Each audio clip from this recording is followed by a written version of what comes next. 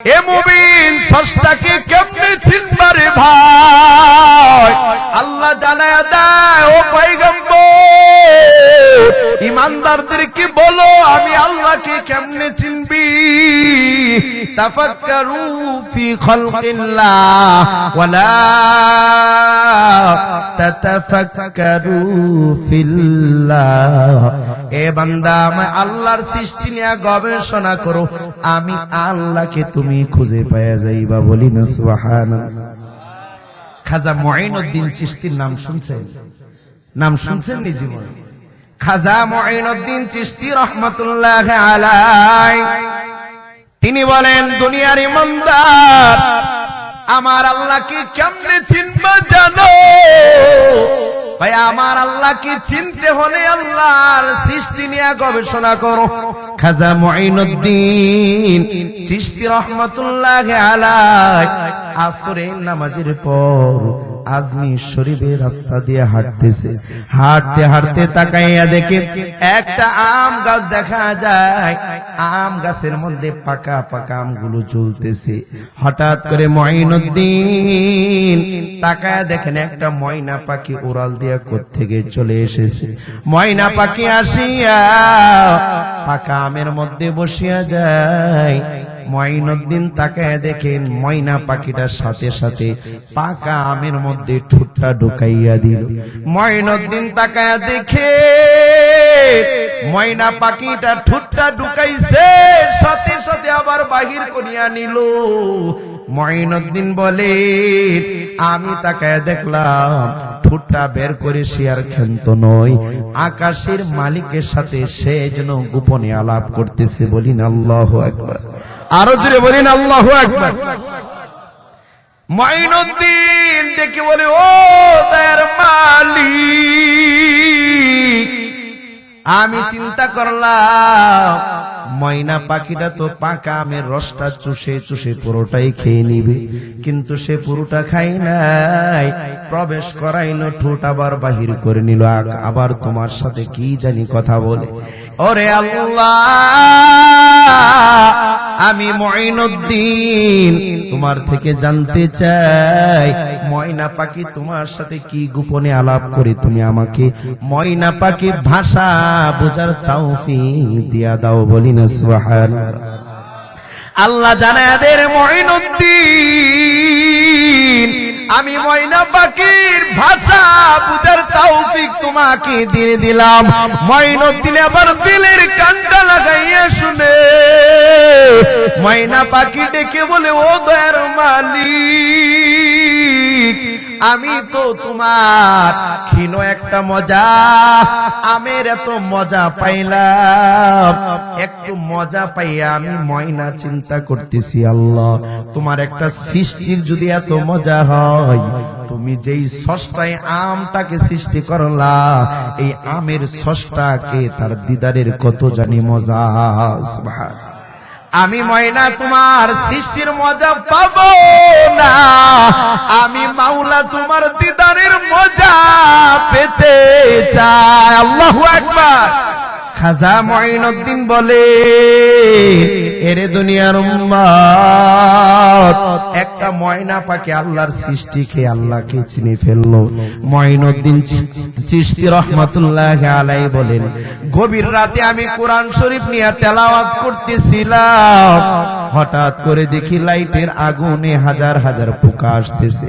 একটা পোকাকে আমি মুঈনুদ্দিন ধরে ফেললাম, ওই পোকার অলরেডি একটা পাখা পুড়ে গিয়েছে, আরেকটা পাখার মধ্যে আমি ময়না পাখি মতো ওই যে মুঈনুদ্দিন পোকাটাকে আমি ধরে ফেললাম। আমি মুঈনুদ্দিন আবার পোকাকে বলতেছি আরে পোকা বল দুনিয়ার আগুন লাইটের আগুন দেখলে এ পোকা তোরা কেন দৌড়াইয়া আসো, কেন নিজের জীবনটাকে আগুনে পুড়ে ছারখার করে দাও। মায়ার নবী আল্লাহ পয়গম্বর বলে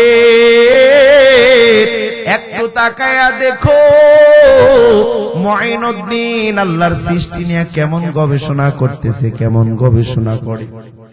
মঈনুদ্দিন ডেকে বলেন, এরে দুনিয়ার উম্মত, ওই পোকাটাকে আমি যখন ধরে ফেললাম, আমি বললাম আল্লাহ এই পোকার জবানটা খুলিয়া দাও। আল্লাহ বলেন, এরে মঈনুদ্দিন, পোকা কি বলে আবার শুনো। মঈনুদ্দিন বলে, এরে পোকা বল, আমি তোমার কাছ থেকে শুনতে চাই। দুনিয়ার আগুন লাইট দেখলে তোমরা কেন দৌড়াইয়া আসো? লাইট দেখলে পোকা আসে কি আসে না? আগুন পোকা আসে কি আসে না? আগুনে পুরা পোকা পড়ে কি পড়ে না? মঈনুদ্দিন বলে, একটা পোকাকে ধরলাম।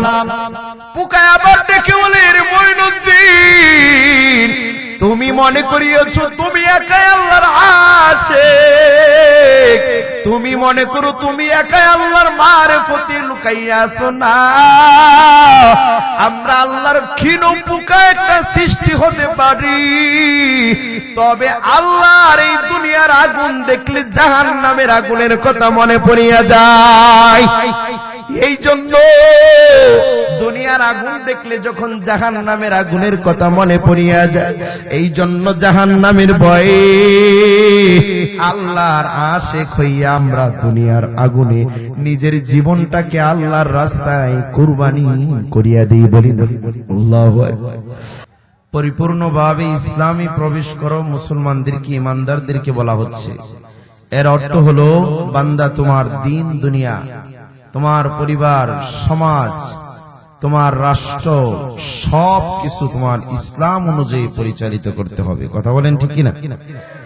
আর পূর্ণাঙ্গ জীবন, পূর্ণাঙ্গ ইসলামের মধ্যে প্রবেশ করা, বান্দা তোমার হাত পা চোখ নখ যা আছে, এই 3.5 হাত বডির ভিতরে যা কিছু আছে, মাথার তালু থেকে পায়ের তালু পর্যন্ত পুরাটাই ইসলাম, কোরআন এবং সুন্নাহ অনুযায়ী পরিচালিত করতে হবে। বলি না সুবহানাল্লাহ।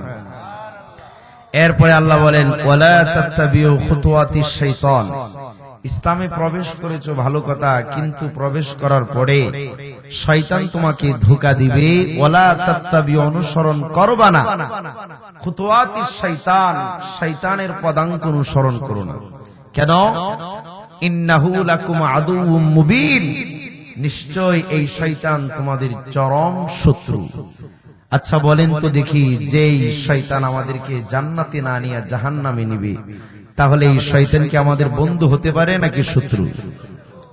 কিন্তু এই শয়তানের চাইতেও আপনার আমার পাশে যারা বসবাস করে মানুষ, এরা শয়তানের চাইতেও আরো চরম শত্রু। কথা বলেন ঠিক কিনা? বলবেন কেমনে হুজুর? এটা হলো ইবনে মুসলিম শরীফের 745 নম্বর হাদিসে আসছে। নবীজি বলেন যে শয়তানের চাইতেও মানুষ বেশি শয়তান, আর মারাত্মক মানুষ মানুষের শত্রু। কেমনে? আল্লাহ বলেন, এই মানুষ রূপী শয়তান এবং জিন রূপী শয়তান থেকে পানাহ চাও।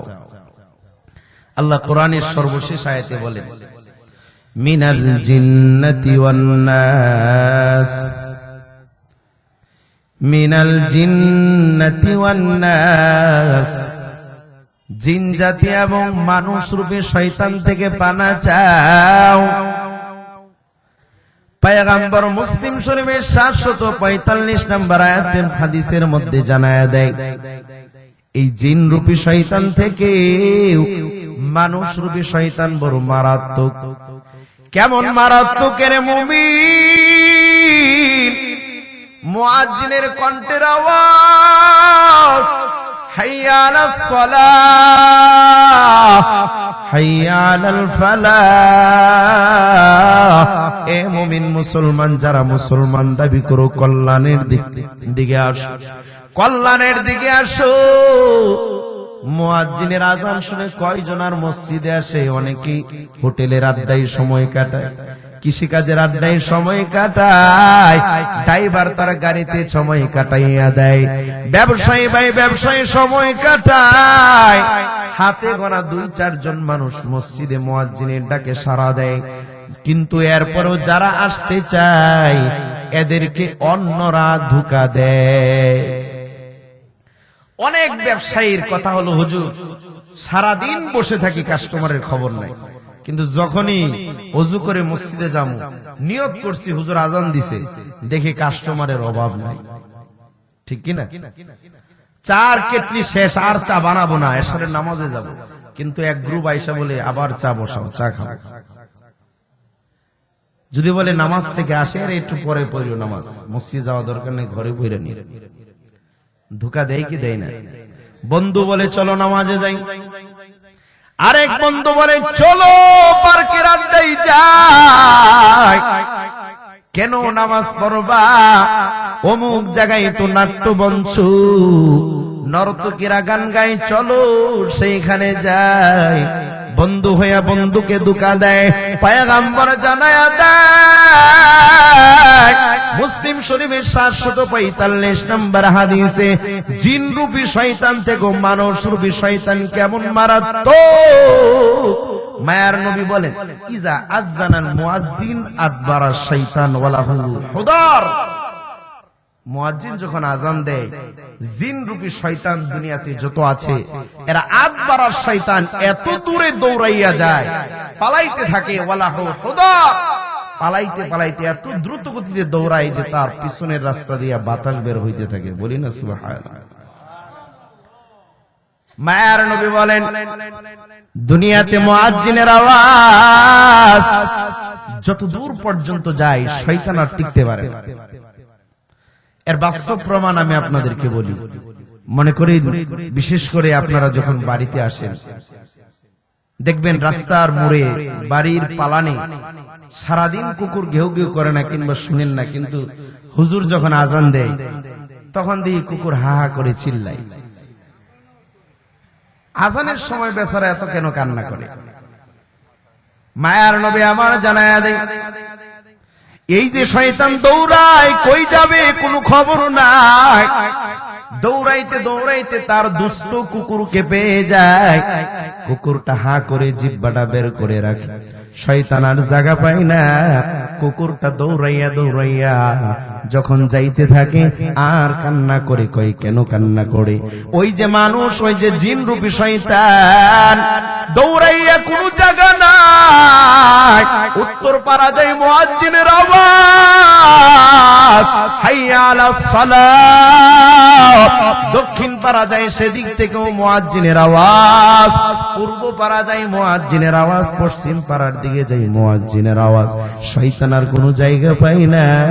তাকায়া দেখে কুকুরটা হা করে আছে। কি করে আছে? শয়তান দৌড়াইয়া কুকুরের মুখে ঢুকে যায়। ঢুকে যাওয়ার পর এবার আজান যতক্ষণ চলে, শয়তানটা কুকুরের ভিতরে অবস্থান করতে থাকে। আজান শেষ হলে কুকুরের পায়খানার রাস্তা দিয়ে শয়তান আবার দুনিয়াতে চলে আসে। এই যে কুকুরের ভিতরে প্রবেশ করলো আর আজান মুহূর্ত চলতে থাকলো, তার ভিতরে এই যে একটা জ্বালার যন্ত্রণা, জুলুম, একটা ব্যথা যন্ত্রণার কারণে কুকুর আজানের সময় কান্না করে।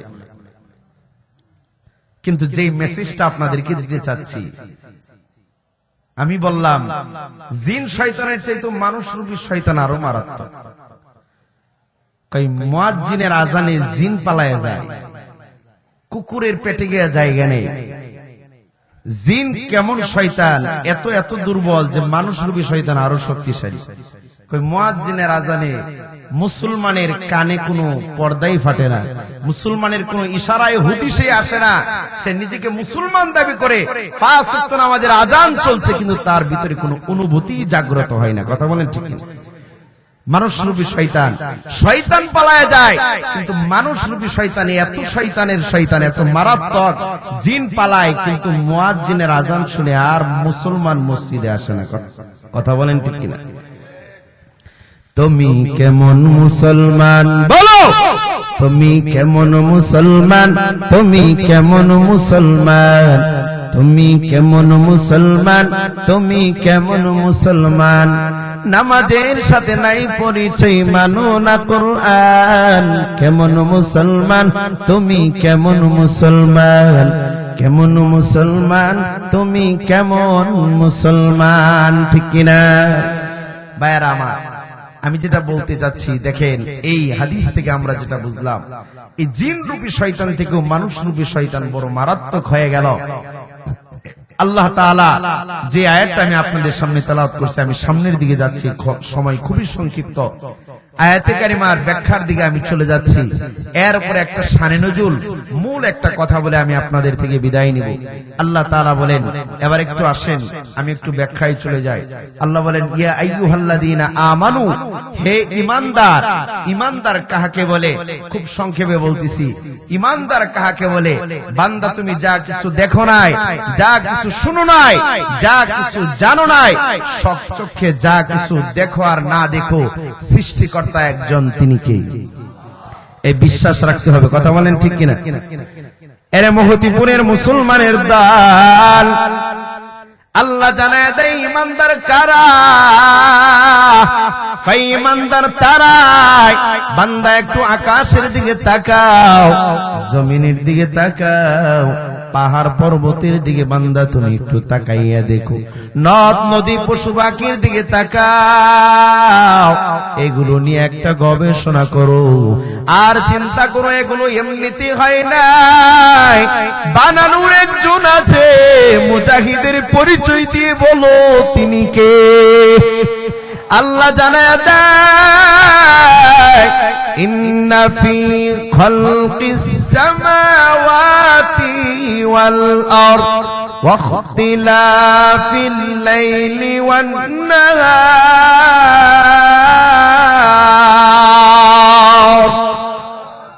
আল্লাহ জানায় দেয়, এই যে বান্দা তাকাইয়া দেখ, একটু গবেষণা করো। দিবারাত্রি পরিবর্তন আমি করলাম। এতদিন সন্ধ্যা হয়ে যাইতো 6টা, এখন সন্ধ্যা হয়ে যায় 5টা। এতদিন রাত শেষ হয়ে যাইতো 5টায়, এখন রাত ফুরাইয়া যায় 6টায়। এই যে 1 ঘন্টা বাড়াইয়া দিলাম, আবার 1 ঘন্টা কমাইলাম। বান্দা একটু চিন্তা করে বলো, 1 ঘন্টা যিনি বাড়াইলেন আর কমাইলেন, আওয়াজ দেয়া বলো তিনি কে? আল্লাহ জানায়া দেয়, এই যে বিশাল বড় সামিয়ানা, এর মুমিন ঈমানদার, আল্লাহ বলেন 7 তবক আসমান আমি বানাইলাম। এই সামিয়ানাটা বানাইতে কত লাইটের ডেকোরেশন, লাইটের ব্যবস্থা করলো, কত খুঁটি দিল, কত সামিয়ানা, কত দিন কষ্ট করে করে একটা সামিয়ানা বানাইলো। অথচ দুনিয়ার উম্মত আকাশের দিকে তাকাইয়া দেখো, 7 তবক আসমান আমি আল্লাহ বানাইলাম, একটা খুঁটিও দিলাম না, তিনি কে? আচ্ছা মানুষ বলো দেখি, রাত্র কেন কালো? সূর্য বলো কোথা হতে পাইল এত আলো? ফুলগুলো নানান রকম কেমনে করে হয়? পাতাগুলো সবুজ বটে, ফুলের মতো নয়, ঠিক কিনা? ডিমগুলো একই রকম, পার্থক্য নয় মোটে, তবে সাদা কালো বাচ্চাগুলো কেমন করে ফোটে? আমরা সবাই বাস করি পৃথিবীর অঙ্গে, হাতের লেখা মুখের চেহারা মিলে না কারো সঙ্গে, আর মিলে না কলমের সই বড়ি আঙ্গুলের টিপ। প্রমাণ হলো মহান আল্লাহ আছেন একজন, ঠিক ঠিক কিনা? শামস কামার, শামস কামার সুরখে জমিন আঞ্জুম আখতার, दोस्त जीवल वादी ओ सहर समंदर, मोर मलक दामतर तैर कबूतर, शाम सहर जुल्मत जो अहमर असफर, गुलजारे गुलो बुर्गे शजर किसने बनाया, तालिब मायूसी का हो ये सब जिसने बनाया। बोली ना मरहबा। কতই না সুন্দর এই বিশ্ব দ্বারা, বানিয়েছেন প্রভু কুদরত দ্বারা, কেহই তো তা পারিবে না, চক্ষু যে জুড়িয়ে যায়, খুদ প্রভুই তো করেছেন সবই, যেন ইবাদত করি, তার ইবাদত করব কার? ওই চন্দ্র দেখো রাত্রি বেলা, আরো দেখো সূরজ প্রভাত বেলা। ওই চন্দ্র দেখো রাত্রি বেলা, আরো দেখো সূরজ প্রভাত বেলা। চলছে তা নিজ কক্ষপথে, ঝিকিমিকি ঝিকিমিকি আলোর দ্বারা করছে উজ্জ্বল বিশ্ববরা। কে হইতো তা পারিবে না, চক্ষু যে জড়িয়ে যায়।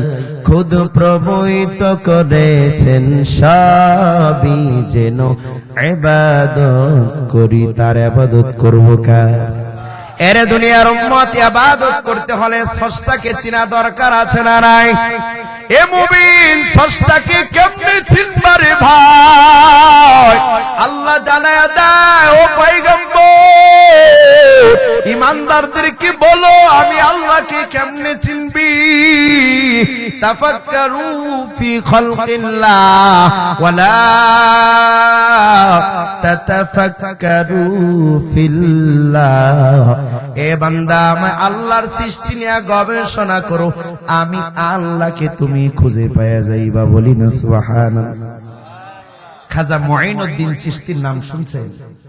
নাম শুনছেন নি জীবনে? খাজা মুঈনুদ্দিন চিশতি রহমাতুল্লাহ আলাইহি তিনি বলেন, দুনিয়ার ইমানদার, আমার আল্লাহকে কেমনে চিনবা জানো? ভাই, আমার আল্লাহকে চিনতে হলে আল্লাহর সৃষ্টি নিয়ে গবেষণা করো। খাজা মুঈনুদ্দিন চিশতি রহমাতুল্লাহ আলাইহি আসরের নামাজের পর আজমির শরীফের রাস্তা দিয়ে হাঁটতেছে। হাঁটতে হাঁটতে তাকাইয়া দেখে একটা আম গাছ দেখা যায়। আম গাছের মধ্যে পাকা পাকা আমগুলো ঝুলতেছে। হঠাৎ করে মুঈনুদ্দিন তাকায়া দেখেন একটা ময়না পাখি উড়াল দিয়া কোত্থেকে চলে এসেছে। ময়না পাখি আসিয়া পাকা আমের মধ্যে বসিয়া যায়। মুঈনুদ্দিন তাকায় দেখেন ময়না পাখিটার সাথে সাথে পাকা আমের মধ্যে ঠোঁটটা ঢুকাইয়া দিল। মুঈনুদ্দিন তাকায় দেখে ময়না পাখিটা ঠোঁটটা ঢুকাইছে, সাথে সাথে আবার বাহির করিয়া নিল। মুঈনুদ্দিন বলে, আমি তাকায় দেখলাম ঠোঁটটা বের করে সে আর ক্ষান্ত নয়, আকাশের মালিকের সাথে সে যেন গোপনে আলাপ করতেছে। বলিন আল্লাহু আকবার। আরো জোরে বলিন আল্লাহু আকবার। মুঈনুদ্দিন ডেকে বলে, ও দয়ার মালিক, আমি চিন্তা করলাম ময়না পাখিটা তো পাকা আমের রসটা চুষে চুষে পুরোটাই খেয়ে নিবে, কিন্তু সে পুরোটা খাই নাই, প্রবেশ করাইলো, ঠোঁট আবার বাহির করে নিল, আবার তোমার সাথে কি জানি কথা বলে। ওরে আল্লাহ, আমি মুঈনুদ্দিন তোমার থেকে জানতে চাই, ময়না পাখি তোমার সাথে কি গোপনে আলাপ করে, তুমি আমাকে ময়না পাখি ভাষা বোঝার তৌফিক দিয়া দাও। বলি না সুবহানাল্লাহ। আল্লাহ জানায় দেন, মুঈনুদ্দিন, আমি ময়না পাখির ভাষা বুঝার তৌফিক তোমাকে দিয়ে দিলাম।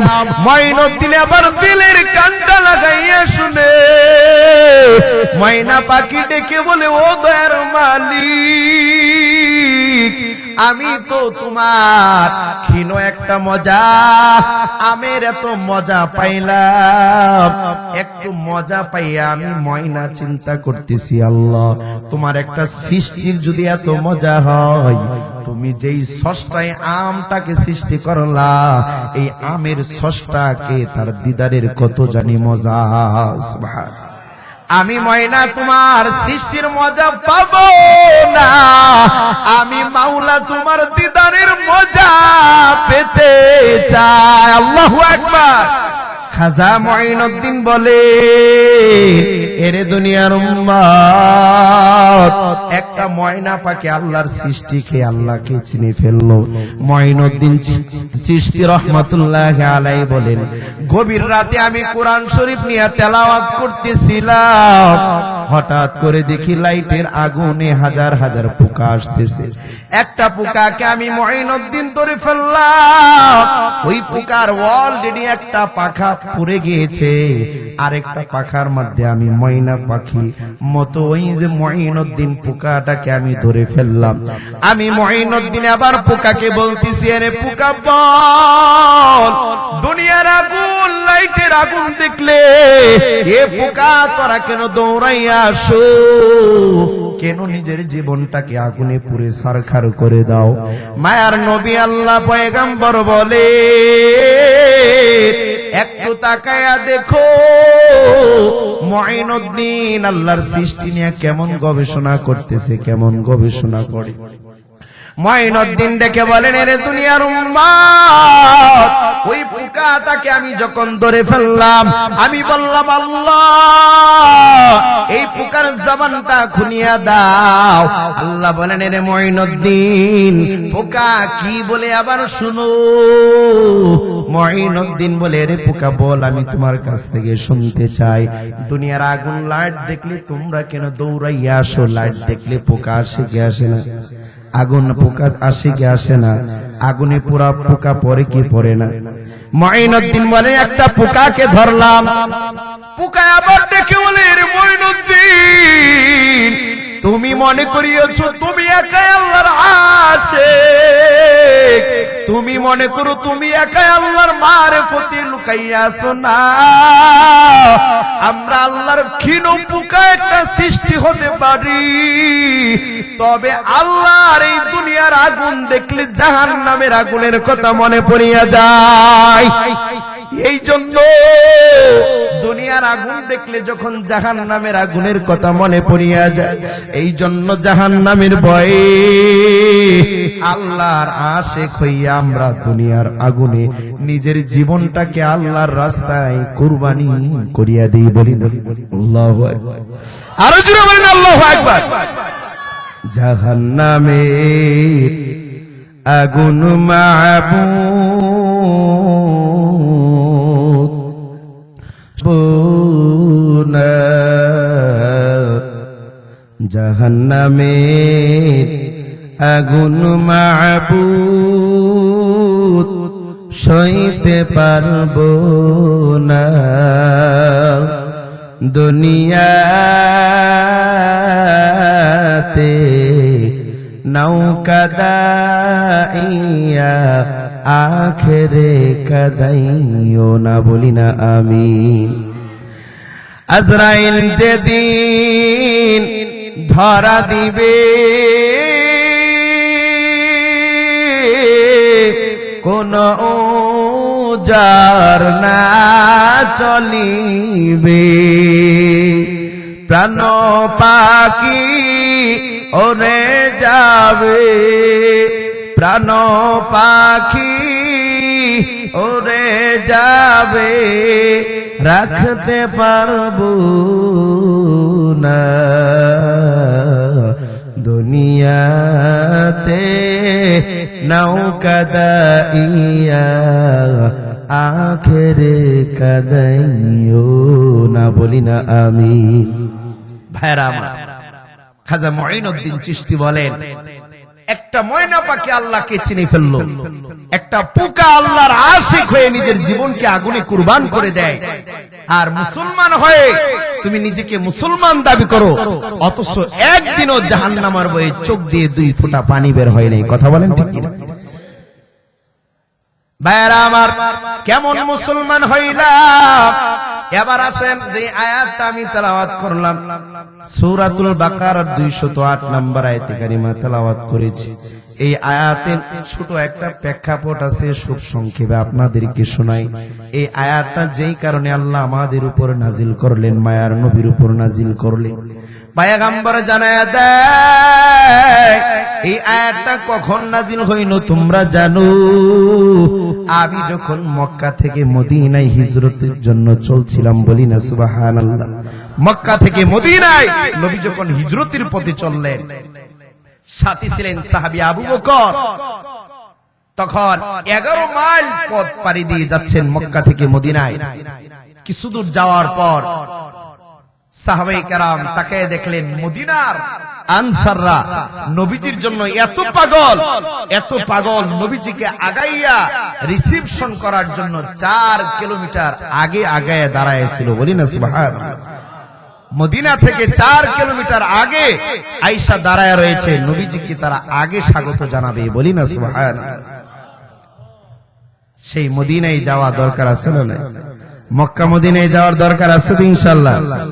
ভাইরা আমার, পয়গম্বর বলেন সাহাবী আবু বকরকে নিয়ে মক্কা থেকে মদিনার পথে রওনা। 11 দিনের মাথায় আমি আবু বকরকে বললাম, এরে আবু বকর, মদিনার পথ আর কত দূর? সাহাবী আবু বকর বলেন, পয়গম্বর, ওই তো মদিনা দেখা যায়, মদিনার সাহাবায়ে কেরাম দাঁড়াইয়া রয়েছে। মায়ার নবীর এত আশিক, মদিনার আনসাররা নবীর জন্য এত পাগল, ছোট ছোট বাচ্চারা পর্যন্ত নবীকে স্বাগত দেওয়ার জন্য 4 মাইল রাস্তা আগাইয়া রয়েছে। বৃদ্ধ বাবারা পর্যন্ত লাঠি দিয়ে বর দিয়া দাঁড়াইয়া রয়েছে, বৃদ্ধ মারা পর্যন্ত দাঁড়াইছে।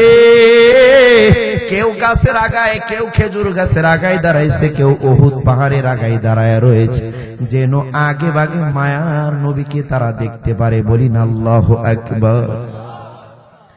পয়গম্বর বলেন, যাইতে যাইতে যখন আনসারের কাছে গেলাম, পয়গম্বরের সাহাবী আবু বকর বলে, ও পয়গম্বর, এই তো মদিনার আনসাররা আপনাকে রিসিপশন করার জন্য দাঁড়াইছে। মায়ার নবী মদিনার আনসারদের কাছে যাওয়ার পর বৃদ্ধ বাবারা পর্যন্ত মায়ার নবীকে স্বাগত জানাইলেন।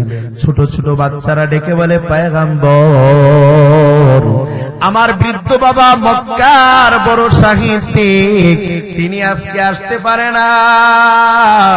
মদিনার বড় কবি ছিলেন আমার বাবা, আজকে ঘরে অসুস্থ হয়ে পড়ে রয়েছে। তবে আমার বাবা, আমার মা আপনার জন্য কাঁচা কাঁচা ফুল দিয়া মালা বানাইয়া দিয়েছে। এই মালা আপনাকে মালা দিয়ে আপনাকে বরণ করে নিতে চাই। বলি না সুবহানাল্লাহ। মায়ার নবী বলেন, আমাকে বরণ করিয়া নাও। আরো ছোট ছোট বাচ্চারা বলে, পয়গম্বর, আমার বাবা মদিনার বড় সাহিত্যিক, বাবা আজকে আসতে পারে নাই অসুস্থতার কারণে, তবে আপনাকে বরণ করে নেওয়ার জন্য কবিতা লিখে দিয়েছে। আজকে কবিতা পড়ে পড়ে আপনি নবীকে আমরা বরণ করে নিতে চাই। মায়ার নবী বলেন, তোমরা কবিতা পড়ে আমাকে বরণ করে নাও। মদিনার ছোট ছোট বাচ্চারা পড়ে, তলাআল বাদরু আলাইনা মিন সানিয়াতিল বিদা। বলো, তলাআল বাদরু আলাইনা মিন সানিয়াতিল বিদা وجب الشكر علينا ما دعا لله دا। সারা জাহানের দেখিবে দিখে আলোর দ্বারা ছুটল ওই। সারা জাহানের দেখিবে দিখে আলোর দ্বারা ছুটল ওই। বলি না মারহাবা। আরো জোরে বলি না মারহাবা। মানবতার বন্ধু তুমি ওগো রহমাতাল লিল আলামিন, তাই তো শুকর আদায় করি কুল মাখলুকাত নিশিদিন। বলি না মারহাবা। মায়ার নবী বলেন, মদিনার আনসাররা আমাকে বরণ করিয়া নেয়। আমি আবু বকর কিনিয়া সামনের দিকে রওনা হয়ে গেলাম। ডানে সাহাবীরা, বামে আমার সাহাবীরা, সামনেও সাহাবায়ে কেরাম, পিছনেও সাহাবায়ে কেরাম। এবার সাহাবায়ে কেরাম বলে, পয়গম্বর, ওই তো আমাদের বাড়ি, আপনি যদি আমাদের বাড়িতে একটু মেহমান হইতেন, ডান দিকে বলে পয়গম্বর এটাই আমাদের বাড়ি, যদি আপনি একটু মেহমান হয়ে যাইতেন। কিছু সাহাবায়ে কেরাম বলে পয়গম্বর সামনে বাড়িটাই হলো আমাদের বাড়ি, আপনি যদি আমাদের বাড়িতে মেহমান হইতেন। পয়গম্বর ডেকে বলেন, এরে দুনিয়ার সাহাবায়ে কেরাম, আমি নবী একা, তোমরা হাজার হাজার সাহাবায়ে কেরাম, আমাকে দাওয়াত দাও। আমি মদিনায় জীবনে প্রথম আসলাম।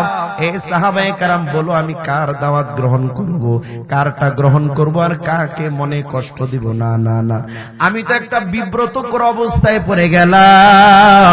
আমি তোমাদের কাহারও বাড়িতে যাব না। আমি আল্লাহর কাছে ওয়াস্ত চাই, আল্লাহর কাছে সিদ্ধান্ত চাই। আল্লাহ আমাকে যেই বাড়িতে যাইতে বলবেন ওই বাড়িতে যাব। বলি না সুবহানাল্লাহ। এই সাহাবায়ে কেরাম তোমরা দুরূদ পড়ো আর দোয়া করো, আল্লাহ নবীজির ভাগ্যটা আমাদের ঘরে খুলিয়া দাও। পয়গম্বর বলেন, এই সাহাবায়ে কেরাম দোয়া করো, আল্লাহ জানায়া দেয়, ও পয়গম্বর উটের রশিটা আপনি আমার কুদরতি হাতে ছাড়িয়া দেন। মায়ার নবী আমার উটের রশিটা যখন ছাড়িয়া দেন, সাহাবায়ে কেরাম বলেন, ও পয়গম্বর উটটাকে আপনি ছেড়ে দিলেন, অবলা প্রাণী সে কোথায় যাবে? পয়গম্বর বলেন, উটের রশি আমি ছেড়ে দেই নাই, আমি আমার আল্লাহর কুদরতি হাতে ছেড়ে দিয়েছি। আল্লাহ যেই সাহাবীর বাড়ি পছন্দ করেন তার বাড়িতে নিয়ে যাবেন। সুবহানাল্লাহ। খারাপ লাগতেছে? যাইতে যাইতে উট যাইতেছে, পয়গম্বর বলে হঠাৎ করে ডানে মুড় দিয়া উট উপরের দিকে উঠতেছে পাহাড়ের চূড়ায়। যাইতে যাইতে এক সাহাবীর বাড়ির, আনসারী সাহাবীর বাড়ির উঠানে গিয়ে বসে যায়। পয়গম্বর বলেন, এরে উট উঠিয়া যা, উটের জবান আল্লাহ খুলিয়া দেয়। পয়গম্বরকে উট তাকাইয়া বলে, ও পয়গম্বর উটের লাগাম তো আপনি আল্লাহর হাতে ছেড়ে দিয়েছেন।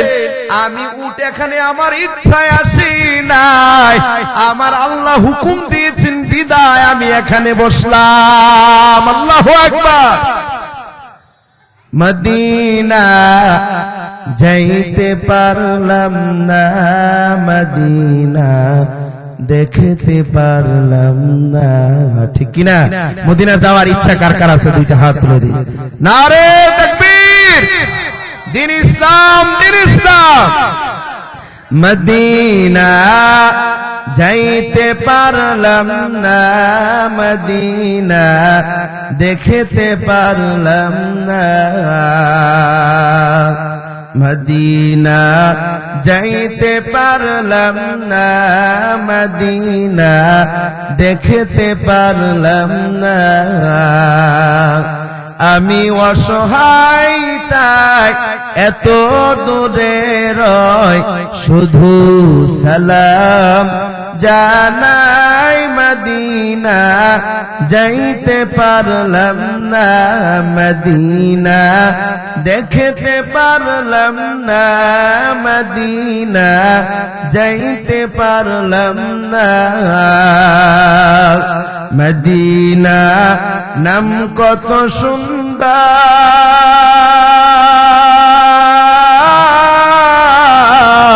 মদিনা কেড়েছে অন্তর।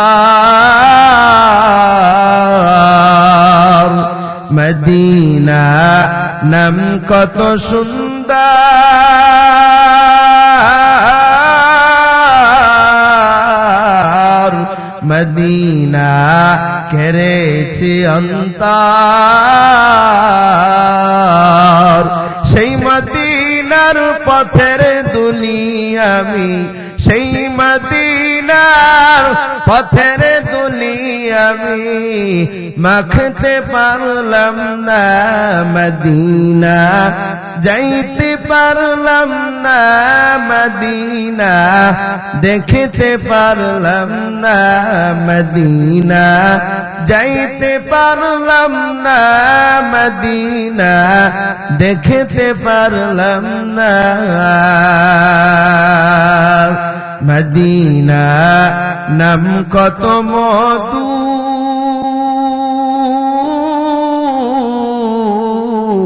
দূর মদিনা আর যে কত দূর মদিনা নাম কত মধু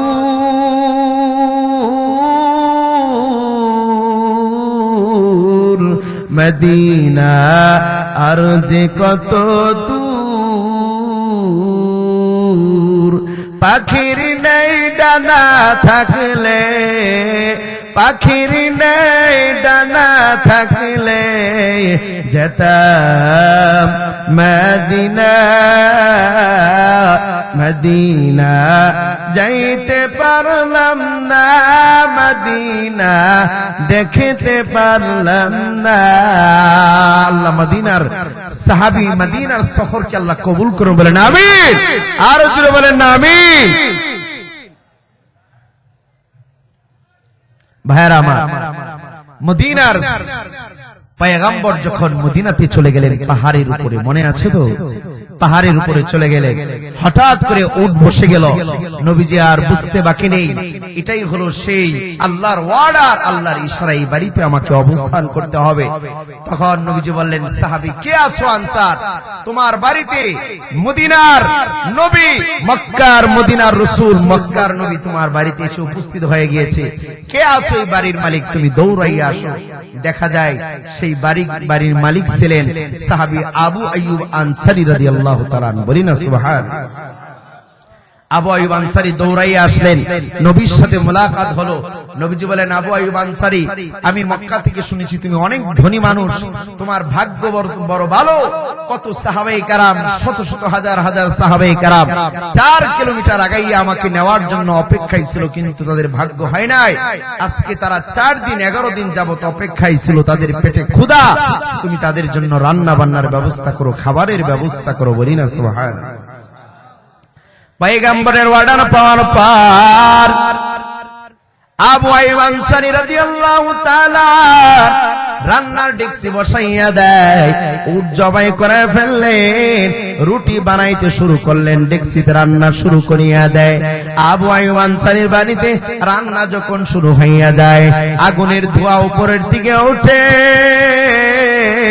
ওই পাহাড়ের নিচে একজনের বাগান ছিল তার নাম হলো আব্দুল্লাহ ইবনে সালাম এই আব্দুল্লাহ ইবনে সালাম যে তাওরাতের একজন হাফেজ ছিল জাবুরের একজন আলেম ইনজিলের বড় একজন আলেম ছিল ইহুদিদের লিডার আব্দুল্লাহ ইবনে সালাম ওই বাগানে খেজুর কাটতেছিলেন আব্দুল্লাহ ইবনে সালাম তাকাইয়া দেখে পাহাড়ের উপরে আবু আইয়ুব আনসারীর বাড়িতে আগুনের ধোঁয়া দেখা যায় গোলামকে ডেকে বলে আরে গোলাম যাও যাও আমার দোস্তের বাড়ি আবু আইয়ুব আনসারীর বাড়িতে খবর নাও আমার দোস্তের বাড়ি থেকে আগুন লেগে ঘর বাড়ি পুড়ে যাচ্ছে নাকি নাকি অন্য কোনো হচ্ছে গোলাম আসিয়া দেখে মদিনাতুর রাসূল মক্কার পয়গম্বর এই বাড়িতে হাজির হয়ে গেল দৌড়াইয়া গিয়া বলে স্যার আর কেউ না আবু আইয়ুব আনসারীর বাড়িতে মদিনাতুর রাসূল হাজির হয়ে গিয়েছে গোলামের কথা শোনার পর আব্দুল্লাহ ইবনে সালাম খেজুর কাটা ফালাইয়া দৌড় দিয়ে আসছে আবু আইয়ুব আনসারীর বাড়িতে আয়েশা বলে আরে দোস্ত তোমার বাড়িতে নাকি মদিনাতুর রাসূল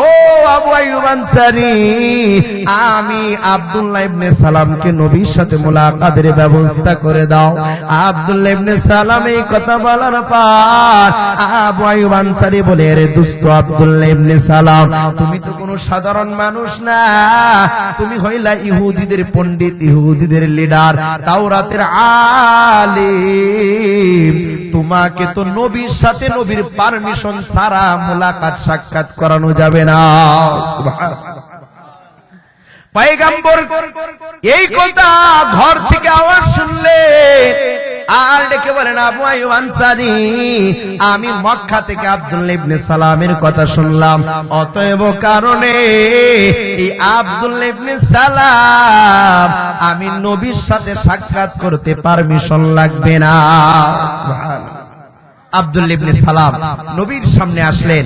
আসার পরে নবীর হাতে হাত রেখে কালেমা পড়ে মুসলমান হলেন।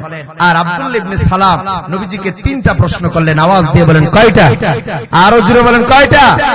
এক নম্বরে বললেন, নবীজি তাওরাত থেকে প্রশ্ন করব, বলুন জান্নাতীরা জান্নাতে যাওয়ার পর আপনি যদি সত্য নবী হয়ে থাকেন বলে দিতে পারবেন, জান্নাতীরা জান্নাতে যাওয়ার পর তাদেরকে আল্লাহ কোন আইটেম দিয়ে প্রথম নাস্তাটা খাওয়াবেন? পয়গম্বর বলেন, আব্দুল্লাহ ইবনে সালাম তুমি ইহুদিদের লিডার, আমি বলছি তাওরাত থেকে যদি প্রশ্ন করে থাকো এই প্রশ্নের জবাব হবে আল্লাহ জান্নাতীদেরকে জান্নাতে যাওয়ার পর প্রথম নাস্তাটা দিবেন বোয়াল মাছের কলিজা দিয়ে। বলি না সুবহানাল্লাহ। আব্দুল্লাহ ইবনে সালাম বলেন, আল্লাহি হাযাল্লাযী ওয়াজাদতু সাদাকতা ইয়া রাসূলুল্লাহ, আপনি যা বলেছেন সত্য বলেছেন। ওয়াজাদতু ফিত তাওরাত, আমি তাওরাত এইভাবেই পেয়েছি। বলি না সুবহানাল্লাহ। আব্দুল্লাহ ইবনে সালাম বলেন, দুই নাম্বার প্রশ্ন আমি জাবুর থেকে করব, মাযা আলামাতুস সা, বলুন কিয়ামতের আলামত কি? নবীজি বললেন, কিয়ামতের ছোট ছোট অনেক আলামত আছে, আমি আপনাদের কাছে এখন বলবো না, সময় নেই। বড় বড় অনেক আলামত আছে। নবীজি বলতে লাগলেন, জাবুর কিতাবে আসছে কিয়ামতের আগে দাজ্জালের আবির্ভাব হবে, দাব্বাতুল আরদ বের হবে, ইয়াজুজ মাজুজের আত্মপ্রকাশ হবে, এরপরে সূর্য পশ্চিম পূর্ব দিক থেকে উঠবে, পশ্চিম দিক থেকে সূর্য উঠবে, পূর্ব দিকে অস্ত যাবে। এভাবে একের পর এক যখন নবীজি বলতে লাগলেন, আব্দুল্লাহ ইবনে সালাম বলেন, আর বলতে হবে না, আমি এইভাবেই জাবুর কিতাবে পেয়েছি। বলি না সুবহানাল্লাহ। আব্দুল্লাহ ইবনে সালাম বলেন, তিন নাম্বার প্রশ্ন ইনজিল থেকে করব, নবীজি আপনি বলুন সন্তান কেমনে মায়ের আকৃতি হয়, কিংবা সন্তান কেন বাবার আকৃতি হয়, সন্তান কেন বাবার চরিত্রে চরিত্রবান হয়, সন্তান কিভাবে মায়ের চরিত্রে চরিত্রবান হয়, সন্তান কেমনে ছেলে হয়, কিংবা সন্তান কেমনে মেয়ে হয়ে যায়। পয়গম্বর বলেন, আব্দুল্লাহ ইবনে সালাম তুমি ইনজিল থেকে প্রশ্ন করেছো। বুখারী শরীফের হাদিসে একটা ব্যাখ্যা আছে, নবীজি বলেন, ইজা গালাবা মাউর রাজুলি আলা মাইল মারআতি ফাতাশবাহুল ওয়ালাদুল মারআতা ওয়া ইজা গালাবাত মাউর রাজুলি আলা মাইল মারআতি ফাতাশবাহুল ওয়ালাদুল মারআতা। বুখারী শরীফের এই হাদিসের ব্যাখ্যায় নবীজি বলেন, স্বামী স্ত্রীর মিলন যুদ্ধে যদি স্বামী যদি ফেল হয়ে যায়, কি হয়ে যায়? স্ত্রী যদি ফার্স্ট হয়ে যায়, অর্থাৎ স্ত্রীর নাফাকে যদি তার জরায়ুতে আগে চলে যায়, স্বামীরটা যদি পরে যায়, তাহলে সন্তান শতভাগ মায়ের চরিত্রে চরিত্রবান হবে, সন্তান শতভাগ মেয়ে হওয়ার সম্ভাবনা আছে। বলি না সুবহানাল্লাহ। আর যদি স্ত্রী ফেল হয়ে যায়, এই সঙ্গম যুদ্ধে সহবাসের যুদ্ধে যদি স্বামী ফার্স্ট হয়ে যায়, অর্থাৎ স্বামীর নাপাকটা যদি স্ত্রীর জরায়ুতে আগে যায়, নবীজি বলেন ফাতাশবাহুল ওয়ালাদুল মারআতা, তাহলে বেশিরভাগ সম্ভাবনা আছে সন্তান ছেলে হবে, সন্তান বাবার আকৃতি পাবে, বাবার চরিত্রে চরিত্রবান হবে। বলি না সুবহানাল্লাহ। আব্দুল্লাহ ইবনে সালাম বলেন, নবীজি যা বলেছেন আমি ইনজিলে পাইলাম। বলি না সুবহানাল্লাহ। আব্দুল্লাহ ইবনে সালাম বলেন, নবীজি এখন তো মুসলমান হয়ে গেলাম, দুইটা সমস্যার মধ্যে পড়ে গেলাম। কি দুইটা সমস্যা? খুব সংক্ষেপে বলি। আব্দুল্লাহ ইবনে সালাম বলেন, নবীজি আমি মুসলমান হওয়ার পরে আমি দেখতাম আমরা ইহুদিরা আমরা শনিবারে পূজা করতাম, শনিবারে ইবাদত করতাম, শনিবারে নফল রোজা রাখতাম। এখন তো মুসলমান হওয়ার পরে দেখি শুক্রবারে মুসলমানরা ছুটির দিনে ইবাদত করে, এই দিনে নফল রোজা রাখে, এই দিনে বেশি বেশি ইবাদতের সাপ্তাহিক একটা দিন ছুটি পায়, ইবাদত করার সুযোগ পায়। নবীজি এখন তো আমি একটা দুদুল্য মনে পড়ে গেলাম, এখন কি আমি শনিবারে রোজা রাখবো, শনিবারে ইবাদত করব নাকি শুক্রবারে করব? নবীজি বলেন, আব্দুল্লাহ ইবনে সালাম তুমি তো তাওরাতের একজন হাফেজ, আচ্ছা বলো তো দেখি তুমি কি করতে পারো। নবীজি বলেন, তুমি বলো। আব্দুল্লাহ ইবনে সালাম বলেন, আপনি বলেন। নবীজি বলেন, আমি তো বলবোই, ওমা ইয়ানতিকু আনিল হাওয়া ইন হুয়া ইল্লা ওয়াহয়ুহা, আমি তো আল্লাহ থেকে সিদ্ধান্ত নিয়ে বলবো, তবে তুমি বলো।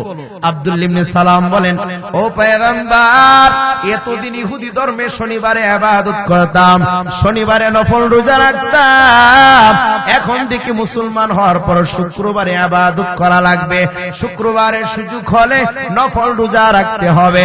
ও পয়গম্বর, আমি আব্দুল্লাহ ইবনে সালামের সিদ্ধান্ত হলো, এতদিন ইহুদি অবস্থায় শনিবারে নফল রোজা রাখতাম একটা, এখন মুসলমান হওয়ার পর আমি আব্দুল্লাহ ইবনে সালাম চাই শনিবারেও ইবাদত করব, শুক্রবারেও ইবাদত করব, ইহুদি ধর্মেরটাও পালন করব, মুসলমান ধর্মেরটাও পালন করব, যেইটাই লাইগা যাই। বলি না নাউজুবিল্লাহ। পয়গম্বর বলেন, রে আব্দুল্লাহ ইবনে সালাম, শনিবার ছাড়ো, শুক্রবার ধরো, ইহুদি ধর্ম ছেড়ে দাও, মুসলমান ধর্মে পরিপূর্ণভাবে ঢুকে যাও। আল্লাহু আকবার। আব্দুল্লাহ ইবনে সালাম বলেন, পয়গম্বর আরেকটা সমস্যা কয় কি, ইহুদি ধর্মে থাকা অবস্থায় আমি তাওরাতে পড়েছি উটের গোশত খাওয়া যাবে, চর্বি খাওয়া যাবে না, উটের দুধ দোহানো যাবে, খাওয়া যাবে না, পুকুরে পানিতে ফালাইয়া দিতে হবে। এখন মুসলমান হওয়ার পর কুরআন পড়ে দেখি উটের গোশত খাওয়া যায়, চর্বিও খাওয়া যায়, দুধও দোহানো যায়, খাওয়াও যায়। ও পয়গম্বর এখন আমি কি করব? দুদুল্য মনে পড়ে গেলাম। আব্দুল্লাহ ইবনে সালাম কে পয়গম্বর বলেন, তুমি কি করবা? সিদ্ধান্ত জানতে চায়। আব্দুল্লাহ ইবনে সালাম জানাইয়া দেয়, ও পয়গম্বর আমি সিদ্ধান্ত নিতে চাই।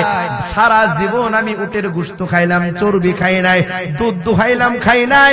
এখন ইসলাম ধর্মে এসেও চিন্তা করলাম এই বিধানটা শুধু ইহুদি ধর্মেরটা মানবো, বাকি সব কুরআন অনুযায়ী জীবন চালাইব। পয়গম্বর বলে, আরে আব্দুল্লাহ ইবনে সালাম, না না, এতদিন উটের চর্বি খাও নাই, এখন খাওয়া যাবে, কারণ ইহুদি ধর্মে নিষেধ। তুমি তো আর ইহুদি ধর্মের মানুষ না, ইহুদি ধর্মের বিধান ছাড়ো, কোরআনের মধ্যে ইসলামের মধ্যে পরিপূর্ণ ঢুকে যাও। সুবহানাল্লাহ। এই কথাই বলেছেন আল্লাহ। জিবরাইল আমিন হাজির হয়ে গেলেন, আব্দুল্লাহ ইবনে সালামকে নবীজি জানায়া দিলেন, এই তো জিবরাইল সূরা বাকারার 208 নম্বর আয়াত নিয়ে এসেছেন, উদখুলু ফিস সিলমি কাফা, ইসলামের মধ্যে পরিপূর্ণ ঢুকে যাও। তুমি নিজেকে মুসলমান দাবি করবা, আর হিন্দুদের অনুষ্ঠানে যাইয়া টিকটক লাগাইবা আর বলবা আমি মুসলমান, আমার চাইতে পাক্কা মুসলমান আর কে? আমি বলবো তুমি মুসলমান না, তুমি মুসলমান দুদুল্যমান, তুমি মুনাফিকের বাচ্চা, মুনাফিক। কথা বলেন ঠিক কিনা? এই জন্য মুসলমান হয়েছে, পরিপূর্ণ মুসলমান নিজেকে দাবি করতে হবে। মুসলমান সেই যে কোরআন সুন্নাহ অনুযায়ী প্রতিটা মুহূর্ত কাটায়। কথা বলেন ঠিক কিনা? আমার ভাইয়েরা, আউয়ালু কালামিহি লা ইলাহা ইল্লাল্লাহ ওয়া আখিরু কালামিহি লা ইলাহা ইল্লাল্লাহ। নবীজি বলেন, যেই সন্তানটা মুসলমান হবে তার প্রথম কালেমা হবে লা ইলাহা ইল্লাল্লাহ, তার শেষের কালেমাও হবে লা ইলাহা ইল্লাল্লাহ। কথা বলেন ঠিক কিনা? পয়গম্বর জানায় দেয়, আউয়ালু কালামিহি লা ইলাহা ইল্লাল্লাহ ওয়া আখিরু কালামিহি লা ইলাহা ইল্লাল্লাহ। যেই সন্তানের প্রথম কালেমা হবে লা ইলাহা ইল্লাল্লাহ, যেই সন্তানের শেষ কালেমা অর্থাৎ মওতের আগে হবে লা ইলাহা ইল্লাল্লাহ, পয়গম্বর জানায় দেয়, ফাদাখালাতিল জান্নাহ, সে মরতে দেরি হবে, আল্লাহর জান্নাতুল ফেরদাউসে ঢুকতে দেরি হবে না। এই জন্য সন্তানকে নামাজ, সন্তানকে কোরআন, সন্তানকে দ্বীনি শিক্ষা দেওয়া দরকার আছে না নাই? চিল্লায়া বলেন আছে না নাই? সন্তানের কেমন দাম? ডক্টর ইকবালের নাম শুনছেননি? এই ডক্টর ইকবাল দেখে বলে, এরে দুনিয়ার উম্মত, সারাটা বছর আমি ইংরেজদের কলেজে পড়লাম, আমি আমেরিকায় ইংরেজদের কলেজে পড়লাম, কিন্তু ভারতবর্ষে আইসা দেখি ইংরেজরা ভারতবর্ষকে শাসন করলো। আমি ডক্টর ইকবাল হুঙ্কার দিয়ে দাঁড়াইয়া গেলাম, ইংরেজরা আমাকে তাদের আদালতে বন্দী করিয়া দিল, আদালতে দাঁড় করাইলো।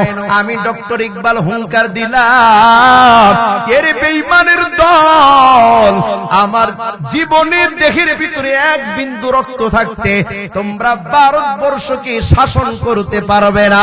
আল্লাহু আকবার। ডক্টর ইকবালের এই কথা শোনার পর ইংরেজরা বলে, এরে ডক্টর ইকবাল, তোকেই তো আমরা ডক্টর বানাইলাম, আমরা খ্রিস্টানরা ইহুদিরাই তো করে শিক্ষা দিলাম, উস্তাদের সাথে কেন বেয়াদবি করো? ডক্টর ইকবাল ডেকে বলে, এরে ইংরেজের দল, তোদের শিক্ষা আমি শিখতে পারি, তবে হ্যাঁ, আমার জন্মের পর স্কুল কলেজ ভার্সিটিতে ভর্তি হওয়ার আগে সকালের মক্তবে, কোরআনী মক্তবে, মাদ্রাসার মক্তবে আমার বাদুর করে পাঠাইয়া দিতে। সেখানে আমি কালেমা শিখলাম, সেখানে আলিফ বা তাসা শিখলাম, সেখানে কায়দা শিখলাম, আমপারা শিখলাম, সেখানে আমি মায়ের দরজায়, মসজিদের দরজায়, মাদ্রাসা দরজায় কোরআন শিখলাম। ওই কোরআনের পাওয়ারে এরে বেঈমান তোদের কলেজে আমি পড়তে পারি, তবে ওই কোরআনী মক্তবের পাওয়ারে তোদের কাছে আমার ঈমান বিক্রি করি না। আল্লাহু আকবার। আমার ভাইয়েরা, এই জন্য যদি মুসলমানিত্ব টিকিয়ে রাখতে চান, আপনার সন্তানকে কোরআন শিক্ষার বিকল্প নাই। কথা বলেন ঠিক কিনা? মাদ্রাসার শিক্ষার বিকল্প নেই। আমি বলতে চাই, মাদ্রাসায় আপনাকে মুফতি বানাতে হবে না, আপনি সর্বোচ্চ 1 থেকে 2 বছর তাকে কোরআনী মক্তবে পাঠিয়ে দেন। মাদ্রাসায় তাকে সহিহ শুদ্ধভাবে দাইমি ফরজ, নামাজ পড়তে গেলে যে ফরজগুলো লাগে, চলতে ফিরতে উঠতে বসতে যা লাগে, শুদ্ধ ভাষায় কোরআনটা আপনি আপাতত শিখান। এতটুকু যদি শিখাতে পারেন, তাহলে কাল কিয়ামতের ময়দানে বলতে পারবেন, আল্লাহ আমি আমার দায়িত্ব পালন করেছি। কথা বলেন ঠিক কি?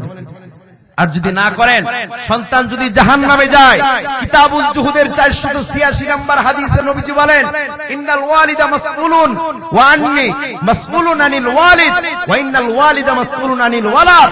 প্রতিটা সন্তানের কাল কিয়ামতের ময়দানে হিসাব নিকাশ করা হবে। পয়গম্বর বলেন, সন্তানগুলো যখন জাহান্নামে যেতে থাকবে, আল্লাহ বলবেন তোমরা জাহান্নামে যাও। সন্তানটা ডেকে বলবে, আজকে আমরা জাহান্নামে যাব না, আমাদের পিতামাতা আমাদেরকে নামাজ শিক্ষা দেয় নাই, কোরআনের শিক্ষা দেয় নাই, আজকে যদি জাহান্নামে যেতেই হয়, মা বাবার বুকে পাড়া দিয়ে জাহান্নামে যাব, বলি না নাউজুবিল্লাহ। এর থেকে লজ্জার আর কি আছে? এর দুনিয়ার উম্মতের দান পয়গম্বর বলেন, আমি আপনাদের থেকে বিদায় নিয়ে যাও। একটা মাদ্রাসার সন্তান, তার কত দাম ডক্টর ইকবাল জানিয়ে রাখো। একটা সন্তানের এত দাম, যেই সন্তান মুসলমানিত্ব শিক্ষার জন্য মাদ্রাসায় ভর্তি হয়ে গেল, তার কত দাম হয়ে গেল।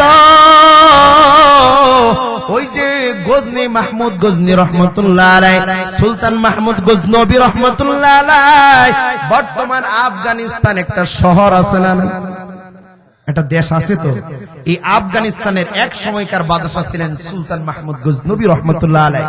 মুল্লাদের ইমারত ইসলাম আফগানিস্তান। কথা বলেন ঠিক কিনা? বলে মুল্লারা দেশ চালাইতে পারে না।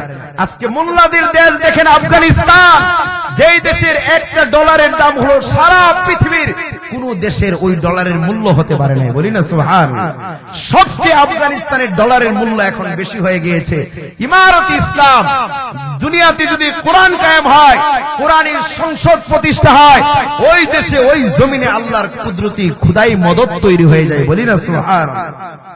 আমার ভাইয়ারা, যেটা বলতেছিলাম, ওই আফগানিস্তান একটা শহর, ওই শহরের প্রধানমন্ত্রী এক সময়কার সুলতান মাহমুদ গজনবী রহমতুল্লাহ আলাইহি। তিনি বলেন, আমি রাস্তা দিয়ে যাই, রাত গভীরে লাইটের নিচে তাকাইয়া দেখলাম একটা সন্তান কোরআনের তেলাওয়াত করে।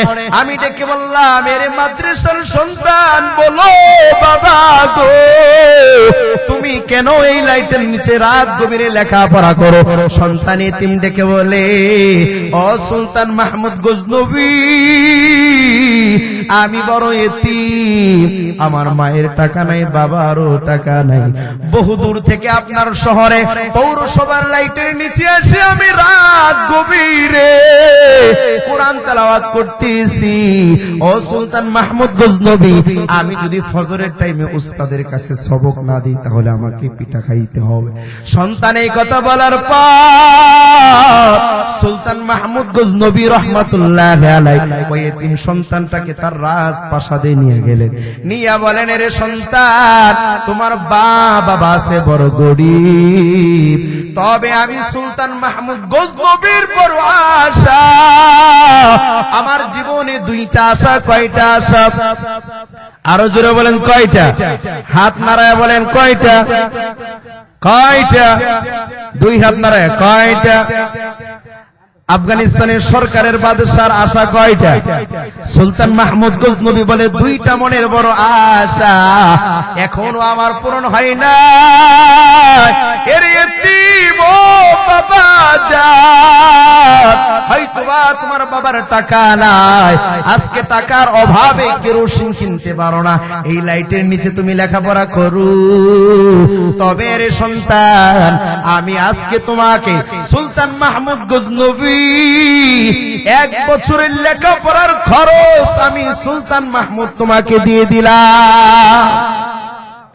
সন্তান এই কথা বলার পর সুলতান মাহমুদ গজনবীকে সন্তান ডেকে বলে, এরে বাদশা নামদার, আমি আল্লাহর কাছে দোয়া করব আল্লাহ যেন আপনার মনের আশাগুলো পূরণ করিয়া দেয়।